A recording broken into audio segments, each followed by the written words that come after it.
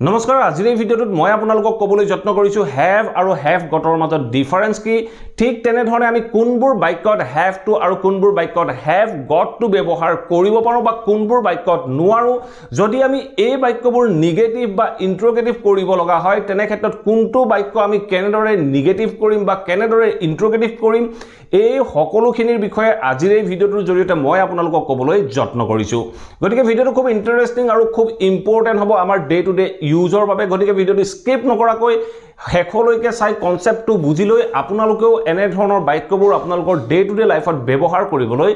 যত্ন কৰিব আৰু যদি ভিডিঅ'টো চাই ভাল পায় প্লিজ ভিডিঅ'টো লাইক আৰু শেয়াৰ কৰি যাবলৈ সমূলি নাপাহৰিব আপোনালোকে বহুতেই ভিডিঅ'বোৰ চাই কিন্তু লাইক কৰি না যায় গতিকে ভিডিঅ'টো শেয়াৰ কৰক লাইক কৰক আৰু চেনেলটো যদি সাবস্ক্ৰাইব কৰা নাই সাবস্ক্ৰাইব কৰি লৈ অল নোটিফিকেশন অন কৰি লওক সো আহক এটা ভিডিঅ'টো আৰম্ভ কৰো প্ৰথমে আমি জানিব লাগিব হ্যাভ বা হ্যাজ আমি কোনবোৰ প্ৰনাউনৰ লগত ব্যৱহাৰ কৰো আমি হ্যাভ ব্যৱহাৰ কৰো আই ইউ উই আৰু দেৰ লগত আৰু হ্যাজ ব্যৱহাৰ কৰো যিকোনো থাৰ্ড পাৰসন সিঙ্গুলাৰ নাম্বাৰৰ লগত third person singular number hall he she it এই সকলোবোৰ হল থাৰ্ড পাৰসন সিঙ্গুলাৰ নাম্বাৰ আৰু আপোনালোকে হয়তো নিশ্চয় জানে ষ্টেট অফ পজিশনৰ যিবোৰ বাক্য হয় এই ষ্টেট অফ পজিশনৰ বাক্যবোৰ কবলৈ যাওঁতেও আমি হ্যাভ বা হ্যাজ ব্যৱহাৰ কৰো আমি কওঁ যে মোৰ এখন গাড়ী আছে তাই এটা আইফোন আছে আমাৰ এখন লাক্সাৰি গাড়ী আছে এনে ধৰণে যেতিয়া বাক্যবোৰ ক'ব লগা হয় তেনেকুৱা ক্ষেত্ৰত আমি বাক্যটোত হ্যাভ বা হ্যাজ ব্যৱহাৰ কৰিব লগা হয় এই যিবোৰ ষ্টেট অফ পজিশনৰ বাক্য এই বাক্যবোৰ যেতিয়া আমি হ্যাভ বা হ্যাজ ইউজ কৰো ইয়াৰ পাছত আমি গট টু লগায়ও এই বাক্যটো ক'ব পাৰো আমি কেনেদৰে ক'ব পাৰো এটা এক্সাম্পলৰ মাধ্যমেৰে ইয়াক বুজিবলৈ যত্ন কৰো আহক মই যদি এটা বাক্য কওঁ যে আমাৰ এখন বিলাসী গাড়ী আছে আমাৰ এখন বিলাসী গাড়ী আছে বুলি ক'বলৈ যাওঁতে আমি বাক্যটো কেনেদৰে কওঁ আমি কওঁ যে we have a luxury car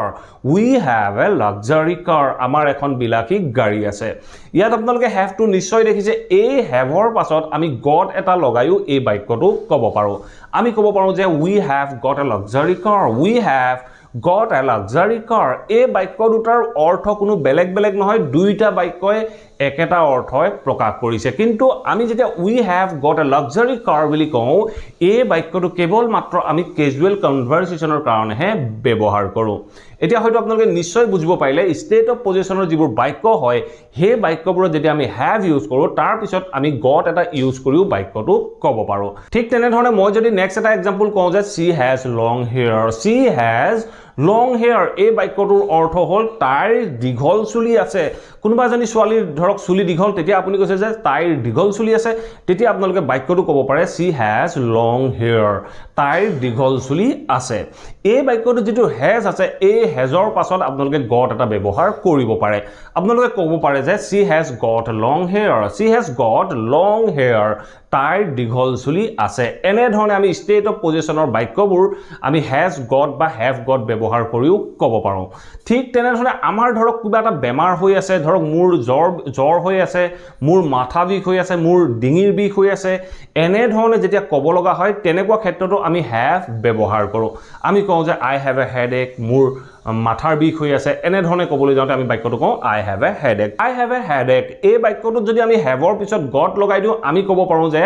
I have got a headache I have got a headache মোৰ মাথাৰ বিষ হৈ আছে বুলি কওঁতে আমি বাক্যটো ক'ব পাৰো I have a headache বা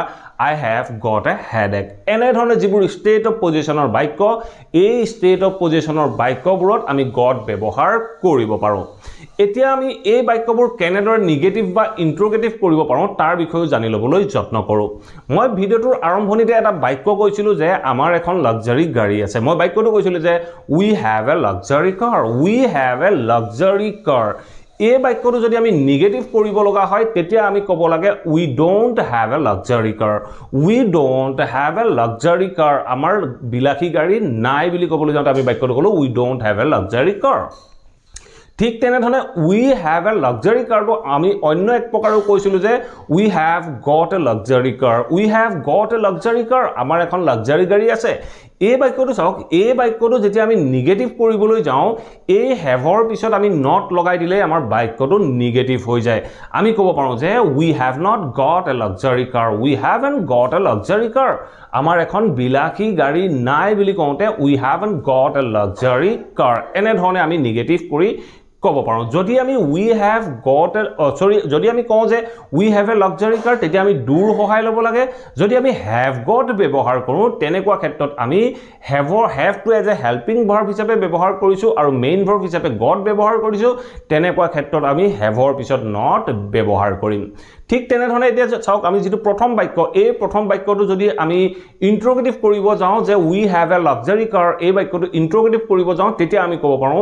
do you have a luxury car do you have a luxury car তোমাৰ এখন বিলাসী গাড়ী আছে নে আমি নিজকে কেতিয়াও প্ৰশ্ন নকৰো গতিকে আমি you বুলি কৈছো do you have a luxury car ঠিক তেনে ধৰণে এই বাক্যটো সক কি কৈছে we have got a luxury car এই বাক্যটো যদি আমি ইন্ট্ৰোগেটিভ কৰিব যাও তেতিয়া আমি ক'ব পাৰো যে have you got a luxury car have you got a luxury car তোমাৰ এখন লাক্সাৰি গাড়ী আছে নেকি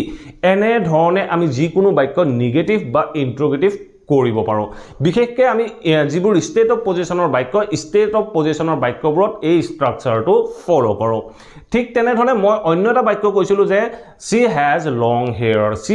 long hair বা she has got long hair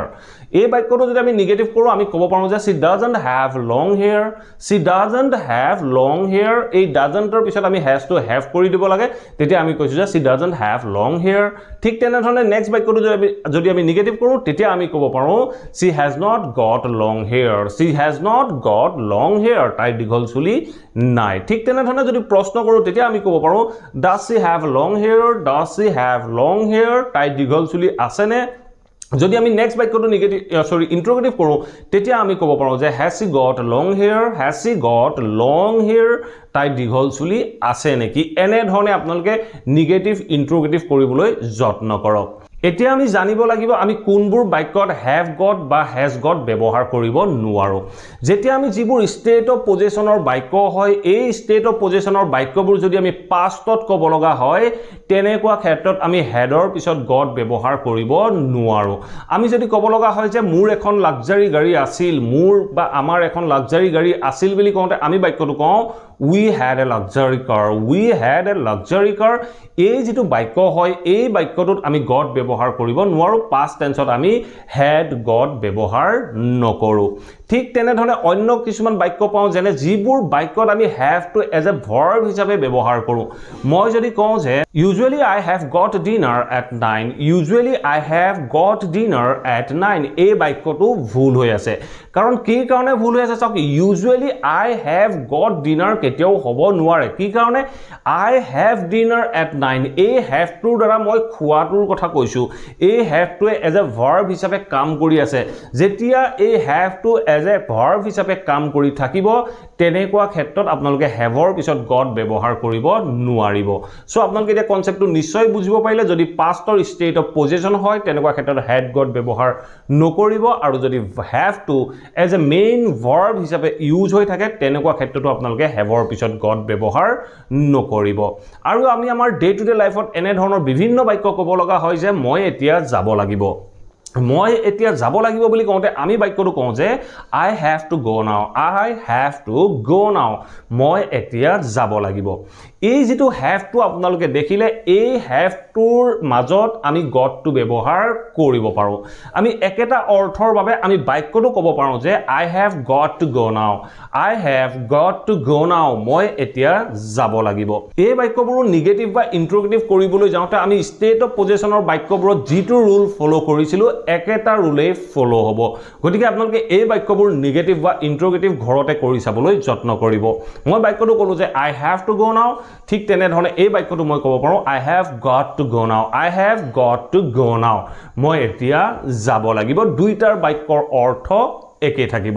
ঠিক তেনে ধৰণে মই যদি এটা বাক্য কওঁ যে she has to cook তাই ৰান্ধিব লাগিব তাই ধৰক কিবা এটা ৰান্ধিব লাগিব বুলি কওঁতে মই বাক্যটো কৈছো she has to cook তাই ৰান্ধিব লাগিব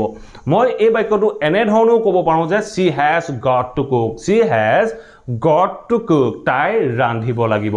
এই বাক্যটো আপোনালোকে বিভিন্ন ধৰণে নেগেটিভ বা ইন্ট্ৰোগেটিভ কৰি চাবলৈ যত্ন কৰক আপোনালোকৰ বাবেও কনসেপ্টটো সহজ হৈ পৰিব এতিয়া আপোনালোকে যিবোৰ বাক্যত have to ব্যৱহাৰ কৰি থাকে বা have to ইউজ কৰি বাক্যবোৰ কৈ থাকে সেই এই বাক্যবোৰত আপোনালোকে গট ইউজ কৰি কৈ চাবলৈ যত্ন কৰিব আপোনালোকৰ বাবেও এই বাক্যবোৰ সহজ হ'ব আশা কৰো এই ভিডিওটো আপোনালোকে নিশ্চয় ভাল পালে আৰু এই ভিডিওটোৰ পৰা হ্যাভ গট বা হ্যাভ গট টু আমি কেনেদৰে বাক্যত ব্যৱহাৰ কৰোঁ তাৰ বিষয়ে জানিব পাৰিলে যদি ভিডিওটো ভাল পালে প্লিজ লাইক কৰি সকলোৰে মাজত শেয়াৰ কৰি যাওক আৰু যদি আপোনালোকৰ কিবা টপিক কিবা কোৱেশ্চন আছে then let me know in the comment box below মই আপোনালোকৰ টপিক বা কোৱেশ্চনৰ ওপৰতো ভিডিও প্ৰস্তুত কৰিবলৈ যত্ন কৰিম আৰু যদি চেনেলটো সাবস্ক্ৰাইব কৰা নাই প্লিজ সাবস্ক্ৰাইব কৰি অল নটিফিকেশন অন কৰি ল'ব মই আপোনালোকৰ বাবে এনে ধৰণৰ ভিডিও ৰেগুলাৰ আপলোড কৰি থাকো আপোনালোকে নটিফিকেশন পাব আৰু ভিডিওবোৰ চাব পাৰিব থ্যাংক ইউ ফৰ ওৱাচিং this video have a nice day